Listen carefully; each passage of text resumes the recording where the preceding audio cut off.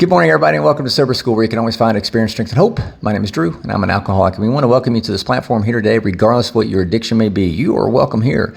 We support multiple pathways to recovery, and we want this program to work for you. If you're watching us through the Recovery Classroom Facebook group page, we encourage you to share your own experience, strength, and hope, and your own words of wisdom. You never know who needs to hear what it is you have to say, and it could just change someone's life, including your own. Do encourage you to follow this Facebook posting guidelines outlined on the Facebook page. We want people to come here when they come here looking for experience, strength, and hope. We want them to find that rather than somebody trying to scam them out of money or find a date or whatever. So we want to make sure we're leveraging this platform for the benefit of others. So with that being said, I want to talk today about excuses. Man, I was notorious whenever I was drinking. I was notorious for coming up with the best bullshit excuses, and I would buy them, hook, line, and sinker. I'd come up with the best excuses on why I had to drink. Oh, there's an ant. It crawled into the wall. It hurt itself. I needed to drink. Or I woke up, right? Looked outside and the sky was blue and I needed to drink. I would come up with the best bullshit excuses, and I would buy those bullshit excuses, in order to drink, in order to continue my self-destructive behavior. And that's something that I in talking with a lot of folks, I'm able to see that now, of course, I'm able to see that now and see what's going on. But I thought it ironic, on the way home last night, I was thinking, I was so willing to buy my own bullshit excuses when it came to my drinking, but I wasn't willing to buy my bullshit excuses when it came to getting sober. Wait a minute. So I'll buy the biggest bunch of bullshit excuses to continue my drinking, but I won't buy any excuses when it comes to getting sober? Man, I've been doing good. I'm 3 months sober. I've been doing great.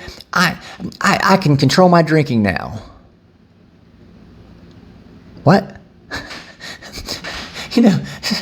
So see how we come up with these excuses. We come up with these excuses, right? And that's something I want to encourage you today.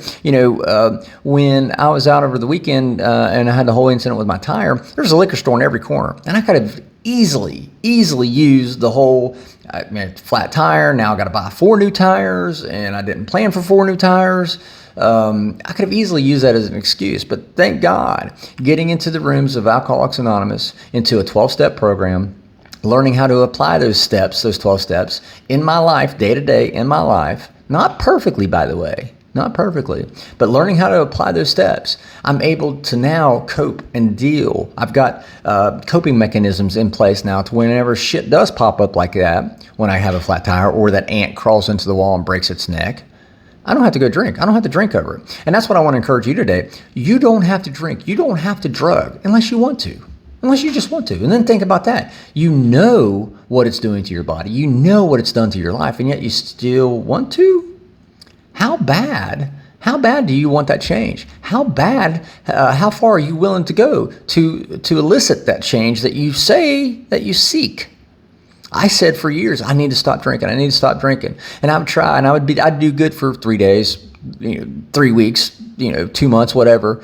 Be like, okay, now I got it. And I'd go right back. And then whenever I'd go right back, it'd just get worse. And yet I'd still keep coming up with excuses after excuses after excuses. We are notorious for coming up with excuses on why we should keep drugging, why we should keep drinking. I want to challenge you today. What's your excuse to stop drinking? What excuse are you going to use to stop drinking? Is it your health? Is it your family? A guy in the rooms that I love it when he says it. He says when he came into the rooms, he had back problems. He wanted his wife back, his job back, his family back, and he wanted everybody else off his back. Sounds like a pretty good excuse to get sober.